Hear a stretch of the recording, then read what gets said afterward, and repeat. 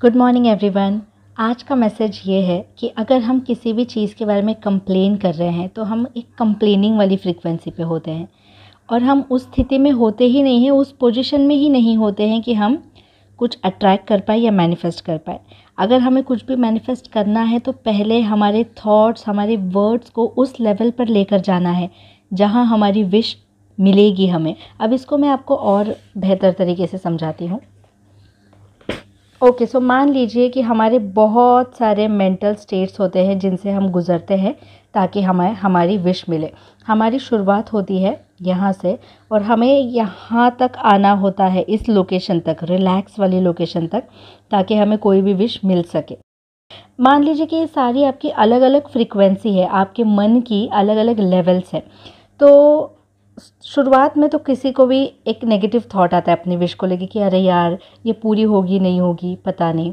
तो आप नेगेटिव सोच रहे हो, आप इस फ्रीक्वेंसी पे हो, तो यहाँ की विश आपको यहाँ कैसे मिलेगी, राइट?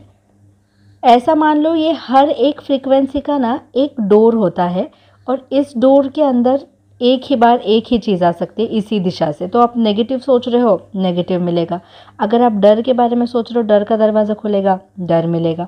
अगर आप कंप्लेनिंग वाली फ्रीक्वेंसी पे हो, कंप्लेनिंग वाले लेवल पे हो, तो आपको और रीजंस मिलेंगे कंप्लेन करने के लिए।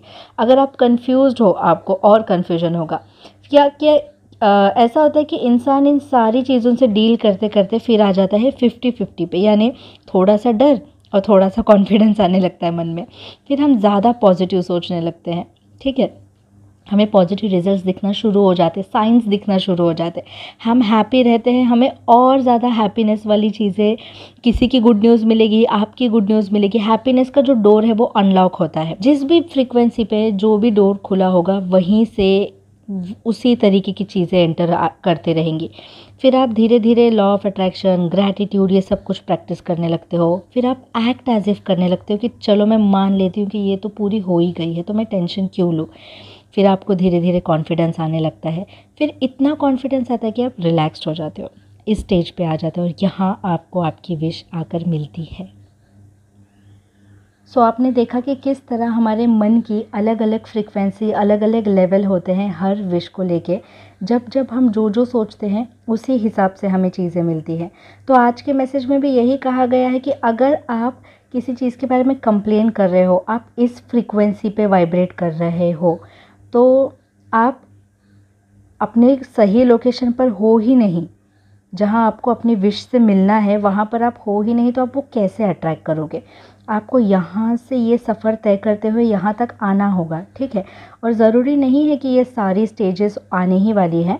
कोई कोई इंसान हो सकता है कि आज वो कंप्लेन कर रहा है बट तुरंत उसको याद आ जाए तुरंत उसको याद आ जाए और वो यहाँ पे चला आए, या फिर कॉन्फिडेंस पे चला आए, या फिर ग्रैटिट्यूड पे जंप कर जाए तुरंत, है ना?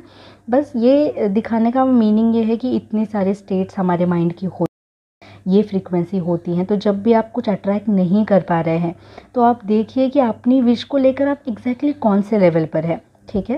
Thank you so much for watching, listening and understanding में। यही आज का मैसेज था। आज मेरे अंदर की टीचर जाग गई ऐसे, तो मैंने सोचा कि ऐसे समझाती हूँ इसको अच्छे से। अगर आपको ये तरीका अच्छा लगा तो क्या ही कर लोगे, बता देना बस। चलो, have a wonderful day all of you. Bye.